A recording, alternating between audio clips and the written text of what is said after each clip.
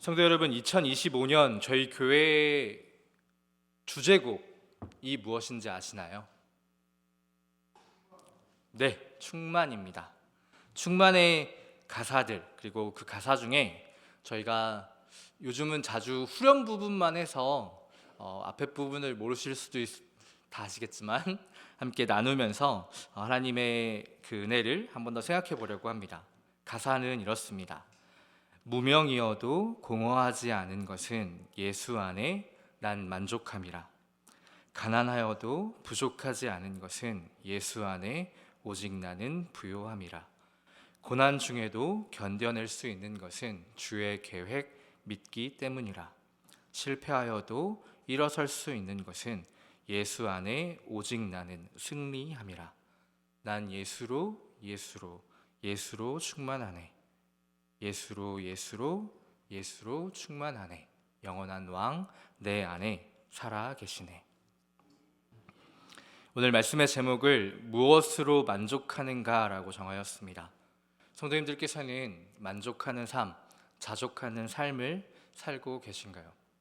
오늘의 말씀을 통하여서 나타나는 사도 바울의 고백이 우리의 고백이 되어서 오직 예수 그리스도만이 믿는 자에게, 하나님을 믿는 자에게 진정한 기쁨과 행복이 된다라는 깨달음을 얻는 시간 되기를 소망합니다.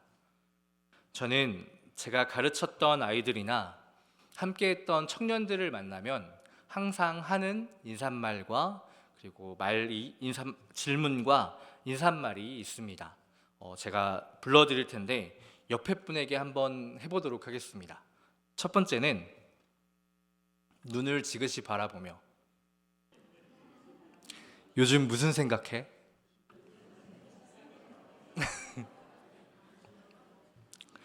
두 번째는 등을 어루만지며 힘든 건 없어? 마지막 세 번째는 이제 그 아이나 청년이 이런저런 이야기를 하고 마지막 세 번째는 다시 한 번 더 눈을 지그시 바라보며 에휴 행복해라. 오늘은 함께 이 말들을 나누면서 하나님의 말씀을 보려고 합니다. 첫 번째, 요즘 무슨 생각을 하시나요? 어떤 생각들을 하며 지내고 계신가요? 저는 생각이 많습니다. 생각이 깊어서 배려심이 많고 세심하고 그런 것이 아니라 걱정과 염려가 많은 사람입니다. 그래서 가끔은 잠을 못 이룰 때도 있고 두통으로 힘들어할 때도 있습니다. 무엇인가를 잘하고 싶고 완벽해 보이고 싶은 마음들, 그리고 여러 가지 일들과 상황들이 저에게 몰려올 때 이것 준비해야 하고 저것 신경 써야 하고 정작 가장 중요한 시간에는 힘에 부쳐서 소홀해질 만큼 부족한 모습을 보일 때도 있습니다. 생각이 정리되지 않고 너무 많은 생각들이 뒤엉켜서 저에게 올 때 저는 가끔 멍을 때립니다. 많은 것들을 덜어내려고 옳고 좋은 것, 중요하고 중요하지 않은 것, 먼저 해야 할 것과 나중에 해야 할 것들, 그렇게 정리하다가 보면 생각이 가벼워지는 것을 느끼게 됩니다. 성도님들께서는 어떠신가요? 요즘 무슨 생각을 하며 살고 계신가요? 어떠한 생각이 마음속에 가득하신가요? 혹시나 문제를 생각하고 묵상하며 걱정하고 염려하고 계시지는 않으신가요? 내 힘으로 해결할 수도 없고 바뀔 것 같지 않은 상황에 힘들어하고 아파하고 계시지는 않으신가요? 어떤 한 사람이 절벽과 절벽 사이의 계곡에서 배를 타고 물에 흘러내려가고 있었다고 합니다. 그런데 저 멀리에 바위가 보였고 그 크기가 피할 수도 없이 크고 단단해 보이는 바위였습니다. 멈출 수도 없이 방향을 바꿀 수도 없이 배는 바위를 향해 달려가고 있었습니다. 만약에 부딪힌다면 배는 산산조각이 날 것 같고 당장 뛰어내리려고 해도 물에 빠져 죽을 것만 같았습니다. 만약 성도님들께 이러한 상황이라면 어떻게 하실 것인가요? 이 사람은 하나님께 기도하였고 하나님께서는 그 기도를 들어주셔서 응답하시어 그 사람을 구하셨습니다. 그렇다면 어떤 방법으로 이 사람을 살리셨을까요? 1번, 갑자기 배에 날개가 돋아나 날아올랐다. 2번, 천사가 나타나 그분의 날개로 보호하셨다. 3번, 바위에 번개가 떨어져 바위가 폭파되었다. 4번, 많은 비를 내려주셨다. 정답은 4번입니다. 많은 비를 내려주셨다입니다. 하나님께서는 지금의 배가 흘러가고 있는 물보다 더 많은 비를 내려주셨고, 높아진 수위는 바위를 덮고 넘칠 만큼의 비가 되어서, 물이 되어서 그 바위를 넘어갈 수 있게 하신 것입니다. 성도 여러분, 우리에게 있는 문제가 나를 힘들게 하고 변하지 않는 상황이 내게 거대한 바위처럼 있다 할지라도 우리는 우리의 삶을 살아가고 있습니다. 그것이 나의 문제이기 때문에, 내가 겪고 있는 상황이기 때문에 무시할 수도 없고 내 일이 아닌 것처럼 생각할 수도 없습니다. 하지만 하나님을 믿는 우리는 더 큰 은혜, 더 많은 은혜를 구할 수 있습니다. 지금의 문제로 인한 나의 아픔과 고통을 뛰어넘을 수 있는, 능히 감당하고도 넘칠 만큼의 은혜를 누릴 수 있습니다. 상황이 바뀌고 문제가 없어지는 것은 아니더라도 내게 그 시간을 살아낼 수 있게 하십니다. 하나님께서는 우리를 살리시기 원하시는 분이시기 때문입니다. 하나님께서는 우리를 구원하시기 원하는 분이시기 때문입니다. 두 번째, 힘들지는 않으신가요? 사는 것이 힘들고 원하는 것이 이루어지지 않아서 힘드시지는 않으신가요? 오늘 말씀 속의 사도 바울은 감옥에 갇혀서 옥중 서신으로 빌립보 교인들에게 편지를 보내고 있습니다. 바울이 처한 상황은 무엇도 감사할 수 없고 기뻐할 수 없는 상황과 같아 보입니다. 빌립보 교회가 자신의 선교 사역을 물질적으로 지원해 준 것에, 그것도 여러 번이나 도와준 것에 깊은 감사를 표현하며 그들이 믿음 안에서 계속 성장하고 또 기쁨과 평강을 유지하며 겸손과 연합을 실천할 것을 권면하는 빌립보서입니다. 빌립보서 4장 4절에는 이렇게 말씀합니다. 함께 읽겠습니다.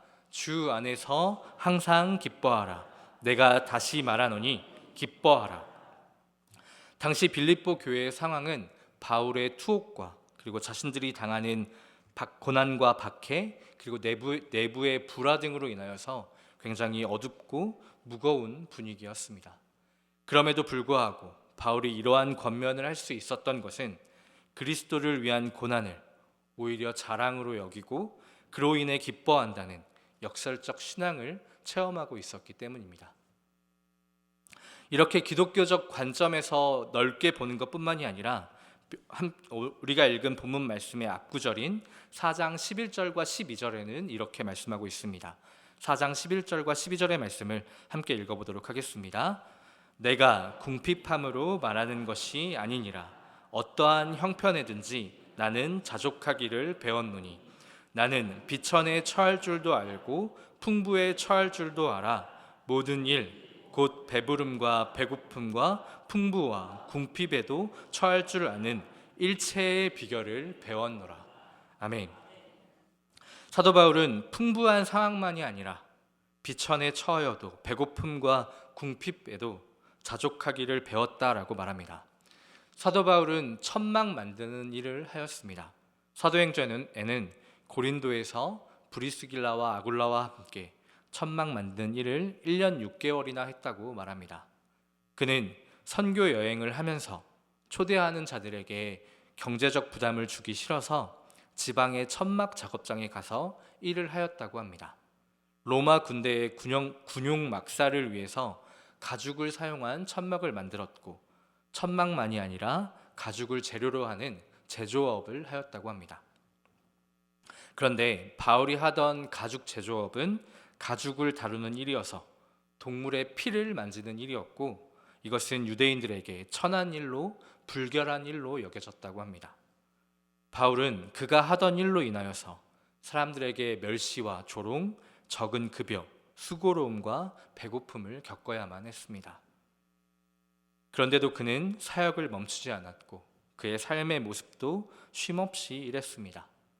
다 잘되고 다 부흥하고 돈 많이 벌고 하면 너무 좋았겠지만 그렇지 않았습니다. 그는 가난과 배고픔과 궁핍까지도 어떠한 형편에 놓인다 할지라도 모든 일에 일체의 비결을 배웠다고 말합니다. 일체의 비결, 이것은 오로지 살아계셔서 역사하시는 그리스도의 능력을 의지하는 것입니다.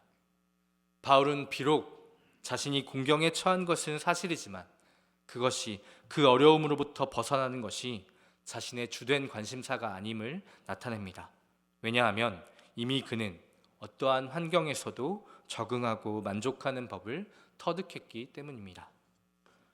다시 빌립보서 4장 4절과 5절의 말씀을 본다면 바울은 빌립보 교회 성도들에게 주 안에서 항상 기뻐할 것과 모든 사람에게 관용을 드러낼 것을 권면하고 있습니다. 바울은 지금 복음을 전했다는 죄목으로 감옥에 갇혀 있는 상황입니다. 그리고 그는 재판을 통하여서 순교하게 될지 자유의 몸이 될지 알 수 없는 불확실한 상태에 있었습니다. 어쩌면 그는 자신이 복음으로 인하여 받는 이 고난을 앞으로 모든 교회에도 자신과 동일한 고통과 환난을 당하게 될 것이라고 예측하고 있었는지 모릅니다.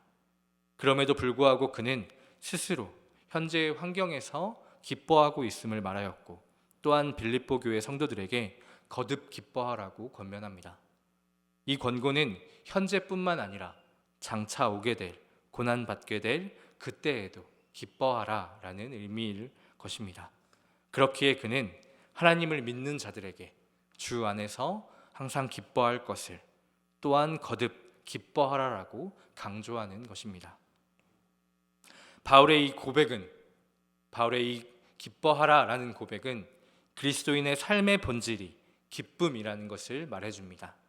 더 나아가서 우리는 바울의 권고를 통하여 그리스도인들의 기쁨이 환경에 의존된 것이 아니고 주님께 의존되어 있다는 사실을 알 수 있습니다. 그리스도인들의 기쁨은 환경으로 인하여 오는 것이 아니고 언제나 함께 해주시는 주님의 현존에 대한 믿음으로부터 오는 것입니다. 이와 같이 주님의 현존에 대한 믿음을 가지고 있기 때문에 그리스도인들은 모든 환경을 초월하여서 기뻐할 수 있을 뿐만 아니라 모든 사람에 대하여서 관용을 베풀 수 있는 것입니다. 바울은 이미 궁핍함과 풍부함을 초월하여서 자족하며 살고 있었습니다. 그가 말하고 있는 이 자족의 의미가 무엇인지 우리는 13절의 말씀을 통하여서 알 수 있습니다. 오늘 본문의 말씀 13절의 말씀을 한 번 더 읽어보도록 하겠습니다. 함께 읽겠습니다. 내게 능력 주시는 자 안에서 내가 모든 것을 할 수 있느니라. 아멘.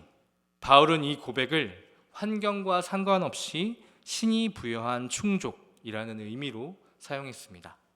자족하는 삶이란 환경이 변해도 실망하거나 좌절하지 않고 부르심에 따라 변함없이 사는 것을 의미합니다. 바울이 이처럼 자족하는 삶을 살 수 있었던 것은 능력 주시는 자 안에서 모든 것을 할 수 있다라는 믿음의 비밀을 알고 있었기 때문입니다. 세 번째, 행복하십시오. 예수로, 하나님으로 행복하십시오. 내게 능력 주시는 자 안에서 내가 모든 것을 할 수 있느니라. 우리가 정말 사랑하는 말씀이지만 조금은 잘못 알고 있는 말씀이기도 합니다. 바울은 비천에 처할 줄 알았고 풍부에 처할 줄 알았습니다. 두 가지 모든 상황에 자족할 수 있었습니다. 다시 한 번 더 13절 말씀의 후반부인 모든 것을 할 수 있느니라 라는 말씀을 보면 모든 것을 할 수 있느니라 라는 말씀의 모든 것의 의미는 넘치는 권세, 풍부함, 불가능했던 모든 능력, 그것을 말하는 것이 아니라 부족한 상황, 풍족한 상황, 바울이 처하는 모든 상황에 대한 삶의 범위를 말해주는 것입니다. 갑자기 슈퍼맨이 되고 갑자기 부자가 되는 강한 힘, 능력의 채워짐이 아니라 모든 상황, 모든 시간, 모든 삶들을 포괄하는 상황에 대한 만족을 말하는 것입니다. 바울은 비천에 처할 줄도 알았고 풍부에 처할 줄도 알았습니다. 부족할 땐 나는 하나님으로 만족할 수 있다. 풍족할 땐 채워주신 하나님을 보며 만족할 수 있다. 가난을 이기고 부여해질 수 있느니라가 아니라 가난해질 수 있느니라입니다. 어려움을 이길 수 있느니라가 아니라 하나님을 위해서라면 어려워질 수 있느니라입니다. 내게 만족할 수 있는 능력을 주시는 자 안에서 내가 부족할 때에든지 풍족할 때에든지 모든 상황에 만족할 수 있습니다가 우리가 읽은 말씀의 진짜 뜻인 것입니다. 우리에게 주시는 이 말씀을 하나님을 믿는 우리는 더욱 사랑할 수 있는 말씀이 되어야 합니다. 사랑하는 성도 여러분, 예수면 충분합니다. 예수가 우리에게 있기 때문입니다. 십자가의 사랑과 은혜가 우리에게 있기 때문에 나의 모든 죄를 대신하여서 지신 그 사랑과 죽음에서 건지신 구원의 능력이 우리에게 있기 때문에 다시 사는 소망과 영원한 생명의 확신이 우리에게 있기 때문에 우리는 만족할 수 있습니다. 예수면 충분합니다. 사랑하는 성도 여러분, 요즘 무슨 생각을 하며 지내시나요? 혹시나 힘들지는 않으신가요? 예수로, 하나님으로 행복하십시오. 믿는 자에게 오직 예수 그리스도만이 진정한 기쁨과 행복이 된다는 것을 깨달아서 하나님께서 부여한 충족을 누리며 살아가는 우리 모두가 되기를 소망합니다.